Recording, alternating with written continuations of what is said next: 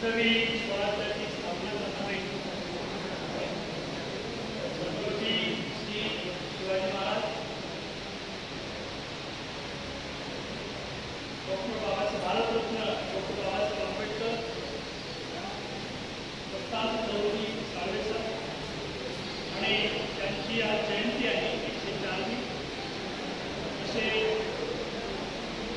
साहित्य सम्राट लोकशाहीर अण्णाभाऊ साठे या चारही महामानवांच्या प्रतिमेला विनम्र अभिवादन करतो. आजच्या कार्यक्रमाचे सन्माननीय अध्यक्ष आवाज येते का?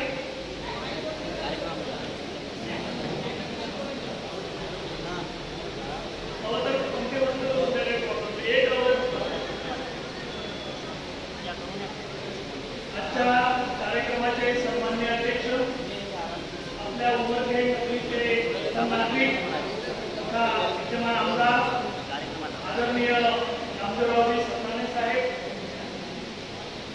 पॅन्थर PS ससाणे दादा, माजी सैनिक घड्याळे साहेब, PH हनुमंते साहेब, प्रकाश बुदेवा साहेब, दिलीप लांबगिरे साहेब, काळे साहेब, नरेंद्र खंडारे साहेब, शिवशंकर पांढरे साहेब, संजय फडोळेजी, सर्व समाज बांधव, पत्रकार, जयंती सोहळ्याचे सन्माननीय अध्यक्ष दत्तरावजी काळे, सचिव राजू गायकवाडजी, सर्व पदाधिकारी आणि त्या दोन मुलींनी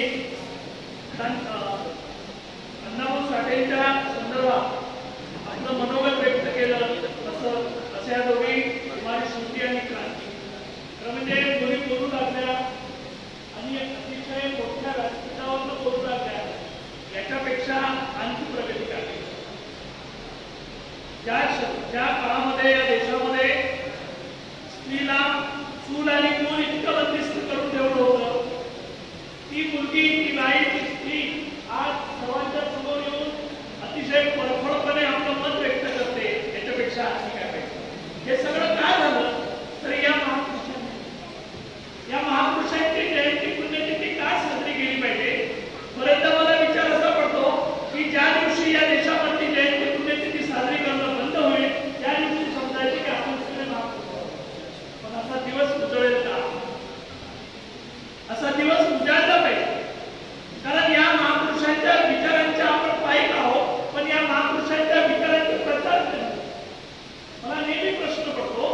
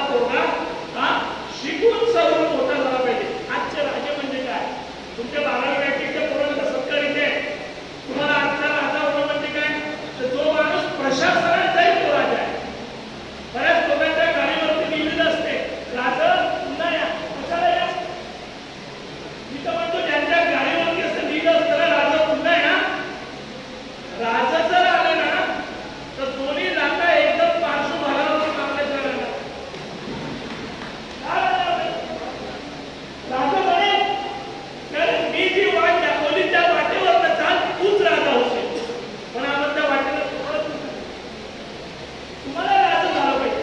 आणि आजचं राजा कोण आहे तर प्रशासनातली माणसं आजचे राजा आहे.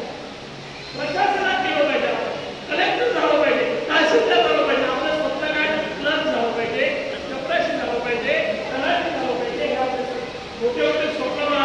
हे काही पद लहान नाहीये. हे पद तलाठी म्हणजे सुद्धा गावाचा कलेक्टर आहे. तलाट्याच्या भोवती पूर्ण गाव फिरतं. हे सगळं झालं पाहिजे. आणि हे कधी होऊ शकतं जेव्हा आपल्या हाती पुस्तके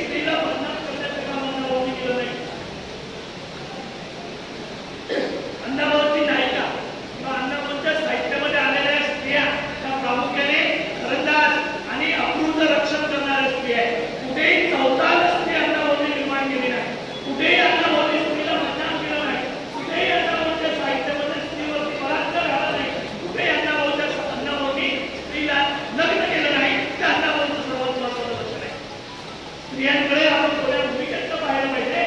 ही दृष्टी अण्णाभाऊ साठेंनी आपल्या साहित्यामध्ये प्रामुख्याने निर्माण केलेली आहे. म्हणून अण्णाभाऊ प्रामुख्याने स्त्रीचा सन्मान करणारे, अण्णाभाऊ प्रामुख्याने स्त्रीला आदर देणारे साहित्यिक होते असं मला वाटतं. त्याचबरोबर अण्णाभाऊ स्त्रियांवरती अन्याय करणाऱ्या माणसाला त्यातलं यमशक्ती पाठवल्याशिवाय अण्णाभाऊंना ते स्त्रियांवरती अन्याय झालेला आवडत नाही. तशा त्या सुशील आहेत, सात्विक नीती संपन्न आहेत, कुटुंबवत्सल स्त्री आहेत, तशाच त्या अन्यायाविरुद्ध पेटून अण्णाभाऊ साठेंच्या साहित्यातील स्त्रियांचा जरी आपण विचार केला तरी अण्णाभाऊच्या स्त्रिया त्या प्रामुख्याने आपल्याला अतिशय उच्च दर्जाच्या स्त्रिया दिसतात आणि त्या अतिशय सुशील, कुटुंबवत्सल आणि आपल्या नवऱ्यावरती अतोनात प्रेम करणाऱ्या अशा स्त्रिया आहेत. परपुरुषावरती कुठलीही वाईट नजर या स्त्रियांची नाही ह्या अण्णाभाऊंनी दाखवून दिलं. अण्णाभाऊंच्या पुरुष अण्णाभाऊंच्या समाज साहित्यातले नायक जे आहेत ते सगळे नायक सुद्धा तसेच आहेत. अण्णाभाऊंनी कुठेही माणसाला सुद्धा अस्मितेच्या भूमिकेतनं पुढे आणलं नाही, चांगल्या मानवतेच्या आणि सच्ची वृत्तीच्या भूमिकेतनं अण्णाभाऊंनी माणसाला आणलं आणि म्हणून अण्णाभाऊचा माणूस हा साहित्याचा केंद्रबिंदू होता. माणसाकडून माणसाचे होणारे शोषण थांबले पाहिजे, तरच आर्थिक सामाजिक समता निर्माण होऊ शकेल. म्हणूनच त्यांनी सामाजिक विषमतेवर अण्णाभाऊचे सगळं साहित्य जर आपण पाहिलं, अण्णाभाऊचा सगळा साहित्य विचार जर आपण पाहिला तर अण्णाभाऊच्या सगळ्या साहित्य विचारामध्ये प्रामुख्याने विषमतेवर आळा घालण्याचं काम अण्णाभाऊंनी केलेलं आहे. अण्णाभाऊंना समता पाहिजे होती, अण्णाभाऊंना न्याय पाहिजे होता. अण्णाभाऊची सगळी माणसं साहित्यातनं उभी केलेली अण्णाभाऊची सगळी माणसं ही स्वातंत्र्य, समता, बंधुता, न्याय या हक्कासाठी लढणारी माणसं आहेत आणि हा हक्क मिळवण्यासाठी ही सगळी माणसं तत्पर आहेत. आणि अण्णाभाऊची माणसं कुठे स्त्रीवरती अन्याय करत नाही. मला एक प्रश्न जेव्हा फकीरा रघुनाथ बामणाचा वाडा उतारला होता, सरकारी केला होता, तेव्हा एका खोलीमध्ये रघुनाथ बामणाची बायको त्याच्या 2 मुली आणि जेव्हा अण्णाभाऊ फकीरा तो वाडा म्हणतात आणि एक खोली बंद दिसते तेव्हा ती खोली तो वाचवतो, उघड खोली तो म्हणतो की याच्यामध्ये माझी बायको आणि माझ्या 2 मुले. तेव्हा अण्णाभाऊचा त्या रघु बामणाच्या मोबाईत सापटकन मारतो आणि म्हणतो, दार वाजवतो आणि म्हणतो, उघड आई, मी खजिना देणार आहे, तुम्हाला ओरबडा मी आलो नाही. ती आपण म्हणून माणसाचं पोट भरत नसल्या अण्णाभाऊच्या फकीराचे वाक्य एक लक्षात घ्या. अण्णाभाऊ साठे प्रामुख्याने आपल्या साहित्यातून काय निर्माण करतात, कोणता विचार करतात की समाजातला, माझा समाजातला प्रत्येक माणूस हा मानवतावादी आणि स्त्रीचा सन्मान करणारा असला पाहिजे. हा विचार प्रामुख्याने अण्णाभाऊंनी आपल्या साहित्यामध्ये निर्माण केला. मला असं वाटतं आज जर आपण विचार केला आजच्या वेळी तर अण्णाभाऊंचा हा विचार अंगीकारणारी माणसं आपल्याला समाजात किती दिसतात. आज आपण सगळे भोगवादी वृत्तीकडे जातो. प्रत्येक गोष्ट, प्रत्येक माणूस हा भोगवादी वृत्ती आपली मी नेहमी म्हणत असतो, आपली दृष्टी बिघडली तर आपण डॉक्टरकडे जातो, चष्मा लावतो. मला दूरचं दिसत नाही, माझी दृष्टी दोष आला, मी चष्मा लावला, मला क्लिअर दिसतं. पण इतर लोकांची नजर बिघडली आहे, म्हणजे दृष्टी बिघडली तर ती दुरुस्त करता येते. जर नजरच बिघडली तर आज समाजामध्ये प्रत्येकाची नजर बिघडली, प्रत्येकाची नजर पाहण्याची बिघडली आहे आणि म्हणून अण्णाभाऊंचं साहित्य माणसाची नजर चांगली करणारं साहित्य आहे. आणि म्हणून अशा महापुरुषाला आपण डोक्यावर घेऊन नाचण्यापेक्षा त्याचा विचार डोक्यात घेऊन नाचलं पाहिजे. हा आजच्या निमित्ताने मी तुम्हाला एक संदेश देऊ शकतो. मगाशी सरांनी एक भूमिका मांडली, मला सरांचं नाव माहिती नाही, त्यांनी पत्र दिलं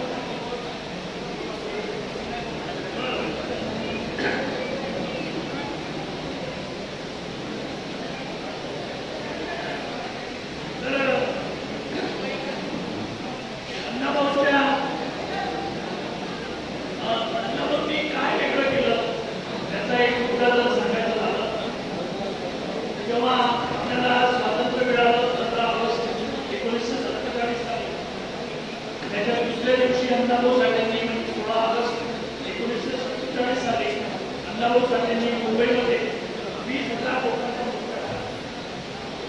अण्णाभाऊ साठेंनी 20,000 लोकांचा मोर्चा काढला आणि त्या 16 ऑगस्ट दुसऱ्या दिवशी स्वातंत्र्य ज्या दिवशी मिळालं त्याच्या दुसऱ्या दिवशी अण्णाभाऊ साठेंनी 20,000 लोकांचा मोर्चा काढला आणि काय गोष्ट दिली हे आजची देश म्हणजे आम्हाला जे स्वातंत्र्य मिळालं पाहिजे ते स्वातंत्र्य मिळालं नाही असं अण्णाभाऊंनी आणि ते भडकावून या देशातल्या सत्तेला सांगितलं आणि ते सांगत असताना काय म्हटलं की आजादी कुठे आहे, देश जनता कुठे आहे. माझ्या देशातल्या जनतेच्या पोटामध्ये अन्न असलं पाहिजे, त्याचं स्वातंत्र्य होत आहे तर त्याला आत्मसन्मानानं जगता आलं पाहिजे, त्याला अन्न वस्त्र निवारा त्याच्या मूलभूत गरजा भागल्या पाहिजे हा विचार अण्णाभाऊ साठेंनी तेव्हा सांगितला. एक प्रसंग सांगतो आणि सांगतो. जेव्हा पंडित जवाहरलाल नेहरू रशियाला गेले होते तेव्हा ते रशियाला गेल्यानंतर त्यांना विमानतळावरती पत्रकारांनी एक प्रश्न विचारला की आमच्या अण्णाभाऊ कसे आहेत. आता पंतप्रधानांना अण्णाभाऊ माहिती आपल्याकडे दुर्दैव असं आहे की आपल्या देशातल्या लोकांना जर परदेशातून आलं तर दाखवतो. नेहरूजींना विचारलं विमानतळावरती पत्रकारांनी की आमच्या अण्णाभाऊ कसे आहेत, अण्णाभाऊ साठे कसे आहेत. पंडित जवाहरलाल नेहरूंना अण्णाभाऊ माहिती तेव्हा यशवंतराव चव्हाण यांनी माझ्या महाराष्ट्रात अण्णाभाऊ साठे हे नाव ऐकून पंडित जवाहरलाल नेहरूंना असं वाटलं की या अण्णाभाऊ साठे नावाचा म्हणून त्यांनी यशवंतराव आणि विचारलं तू ऐसा अण्णाभाऊ साठे नाव का तू हे घे. यशवंतरावांनी सांगितलं आहे आमच्या महाराष्ट्रातला मोठा साहित्यिक आणि मार्तंड समाजाचा हा मोठा माणूस आमच्या महाराष्ट्रात आहे तेव्हा अण्णाभाऊ साठे घाटको